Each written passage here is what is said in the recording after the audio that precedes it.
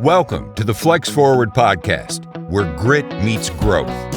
With your host, Nick Espanet, bringing you stories of resilience, reinvention, and the real climb to success.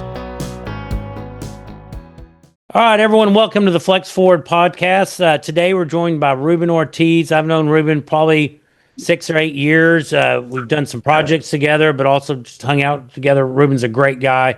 Love seeing his success in his business and what he's doing. So I look forward to getting to know him a little bit better and for our listeners to get to know him. Ruben is company is Sayan Construction. Yes. And I'll let him give you a little more detail about what they do. But Ruben, welcome to the show. Can you just let our listeners know a little bit more about what you do on your day to day and kind of your path of what, how you got there? Yeah, absolutely, Nick. So first of all, thanks for having me on your show, man. I really appreciate it. I'm smiling, ear to ear because it truly is. I'm excited and happy that you're doing it. What's better than for one of the guys that's out there doing it, that's really good at what he does, now has a podcast. So thank you, Nick. Thanks for putting this together. Thanks for having me on. For those of you listening, my name is Ruben Ortiz. First of all, I'm a husband. I am a girl dad, and I am a business owner. I own a company. I'm a general contractor. The company that I own and started 11 years ago now we focus on multifamily general construction. So that is what I do as a profession. I've known Nick now for, I think going on 6-7 years, right, Nick? I think that's what maybe. You did Curry Junction was March of 19. Not March. We bought it in August of 19. You guys worked on it that fall, but we had known you probably at least for 6 months or a year before that. Yeah. And we met at one of Momentum's very first meetup here in Dallas, I think is where we met. And, I'm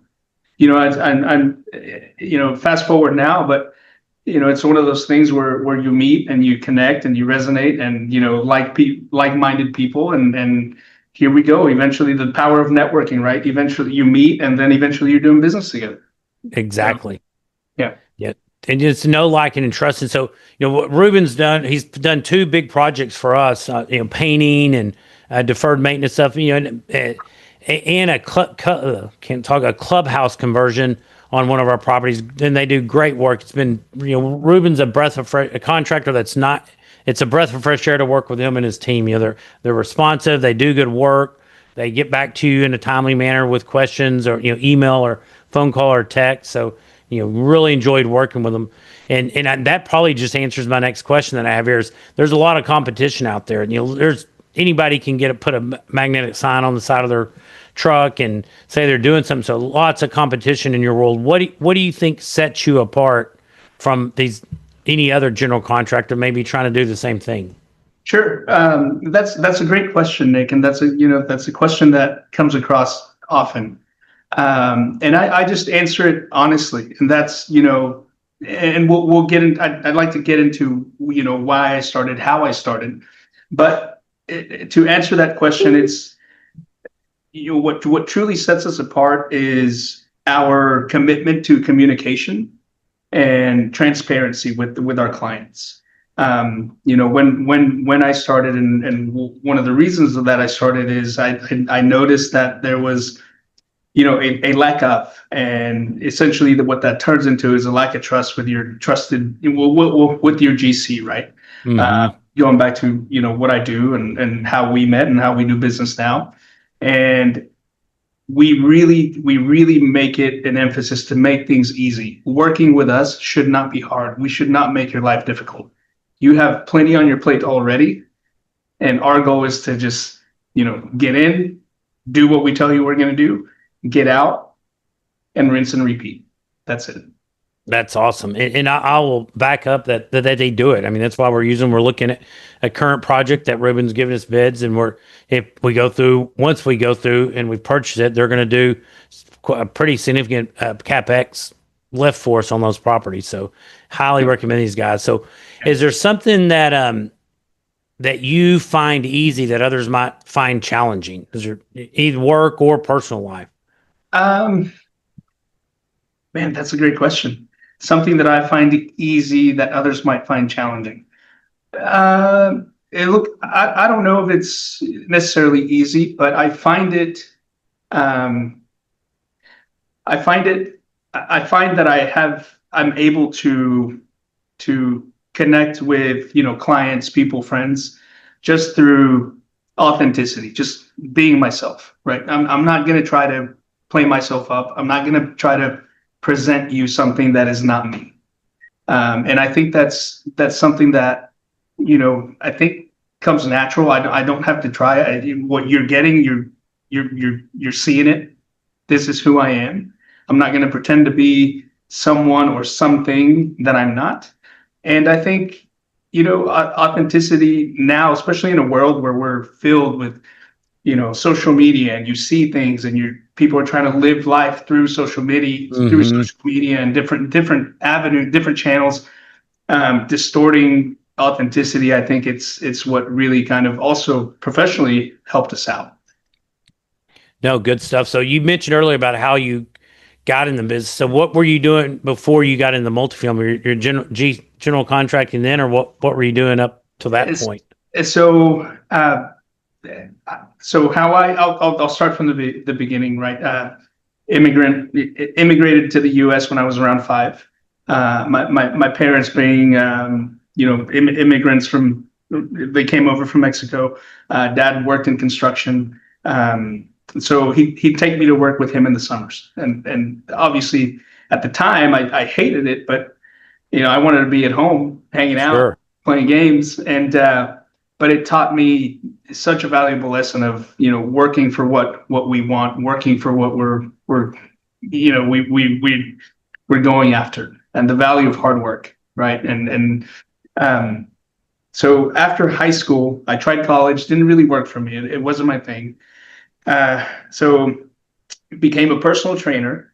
And then after that, and I remember exactly the day I turned 21, I get a call from my dad. He said, "Hey, I really need your help. Can you come help me out? Work with me." Awesome. I jumped on it. So was actually, out there doing the labor, applying paint, what a lot of my guys do now. So I grew up in it. Got the opportunity offered through one of another GC, said, "Hey, we like what you do. We like how you manage projects. Come work for us." So that for me was basically my schooling, and super grateful for that. In 2013, I just moved in with my girlfriend, who's from El Paso, now my wife. And I decided, man, I'm gonna got a crazy idea. I think I'm gonna try this on my own. I have a strong why. I think I can do things a little different and a little better.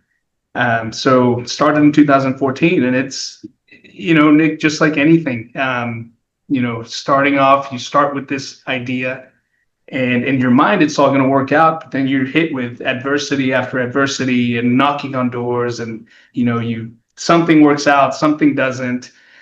And it's one of those things where for me, it just, talking about resilience and a point in the podcast that, just reminding yourself of your why, and seeing the end goal in mind, and knowing that, hey, it may not be a straight line and it's okay to deviate, but have your beacon and follow it. Right. That's awesome. Find a way to make it work. And look, fast forward now 11 years. I know great people. I've made some great friends along the way, you included. And not that it gets easier, but you find ways to make it work. Well, and I think that's what a successful entrepreneur or business owner is. It's rarely or ever a straight line. You're all Right. over. I mean, I've seen some pictures of like this. What people think your success looks like is a straight line up, but it's really this curvy, dropping in pits and climbing out and all these things to get there. It looks like someone just went like that. Like a child coloring, Yep. Trying to color a toddler coloring when they start trying to say in the lines. Well, I mean, that's awesome. So that hits to one of my questions. So what is one of the biggest challenges you've ever had to overcome?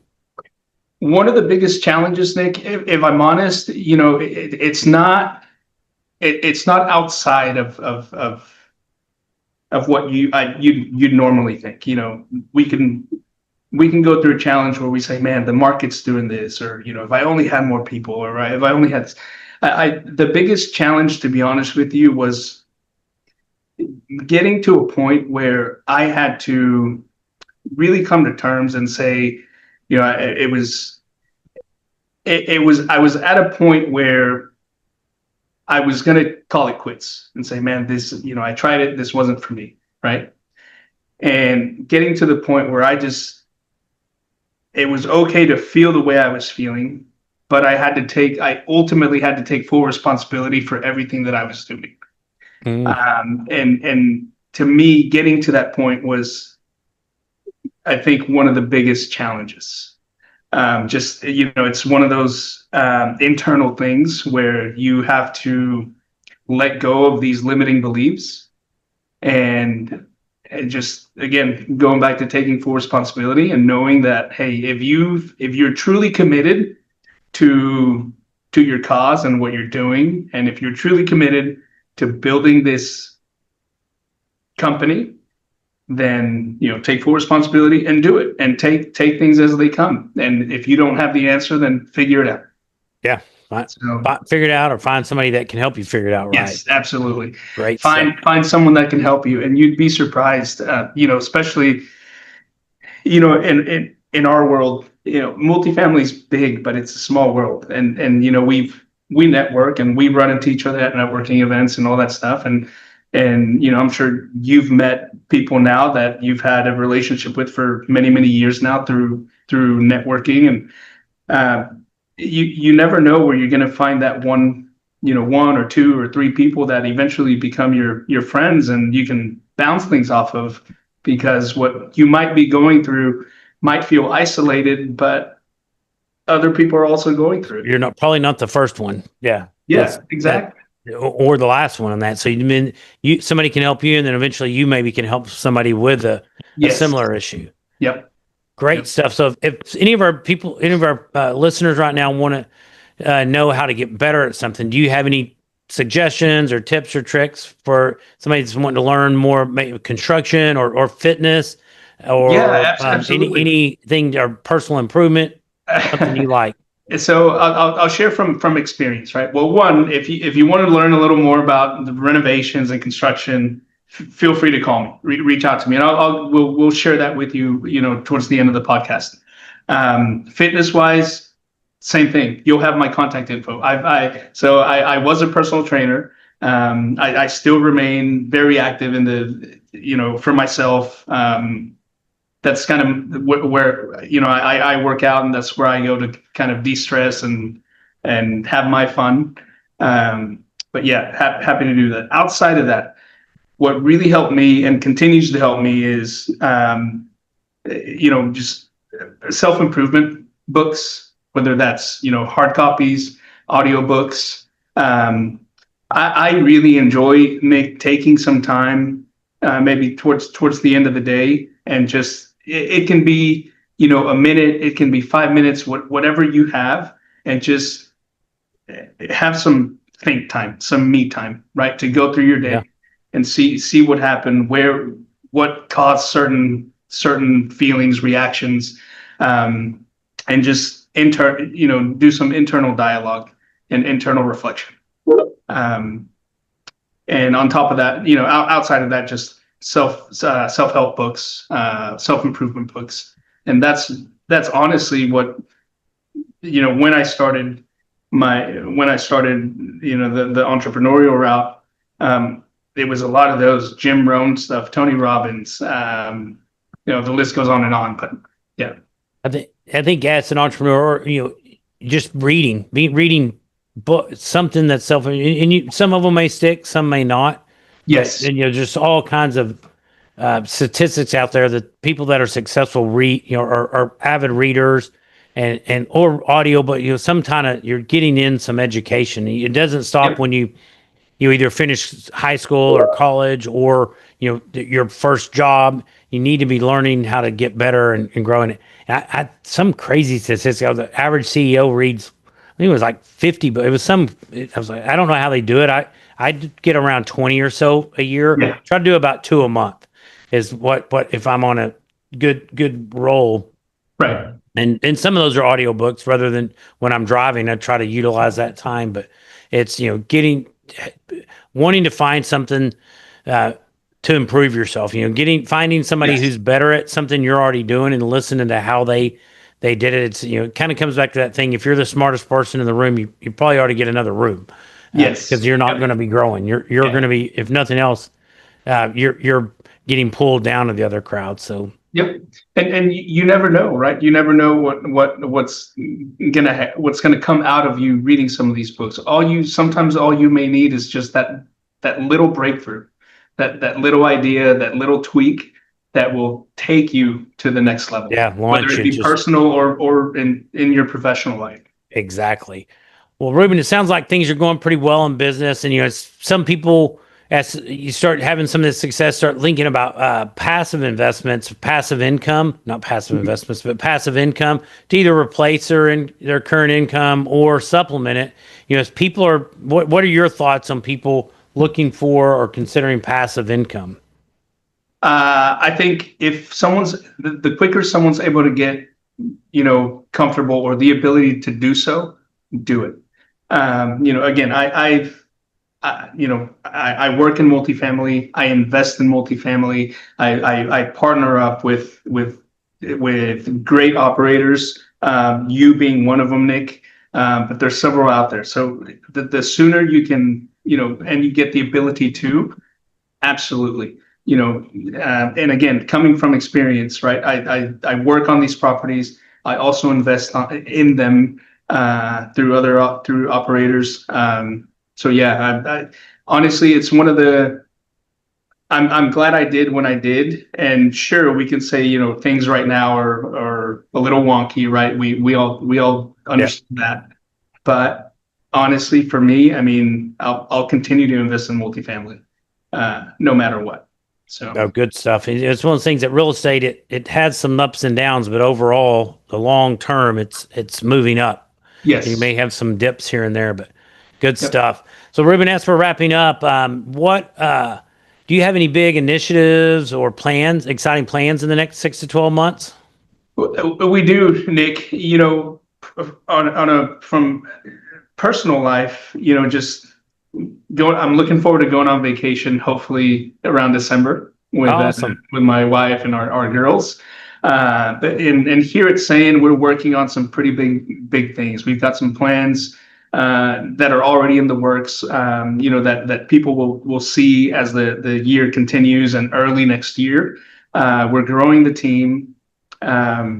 We're expanding into new markets. We're already doing stuff in certain states, but we've now solidified and have basically passed licensing in several different other states. Oh, nice! Congratulations. We'll be able to help a lot more people. So yeah, that's kind of what we're working on again. Just growing our team, expanding our footprint, and awesome. That'll continue through the rest of the year into next year. That's exciting stuff. So Ruben, thank you so much for taking time out of your day to come on and share tips and your thoughts with our listeners. If people would like to make contact or get in contact with you, what's the best way to go about that? Yeah, absolutely. So you can reach me at my email, Ruben, RUBN, at Sayan Construction, SAYAN construction.com. You can also check us out on our social media, _JustSayan on Instagram, or check us out on our website. And there's links in there that will lead you directly to my email. So awesome. Great stuff. Well, Ruben, thank you for joining us. It's been great to visit with you and for you to share your story with our listeners. So thank you for coming on today. Likewise. No, thank you very much, Nick. I appreciate it. Again, I'm excited for you. Happy that you're doing this, man. Wish you nothing but the best. And truly, I mean, thank you for having me on. Appreciate it. Thank you, Nick. Thanks for listening to the Flex Forward podcast. If you've got grit, growth, and a great story. Visit flexforwardpodcast.com/guest to apply and join us on the show.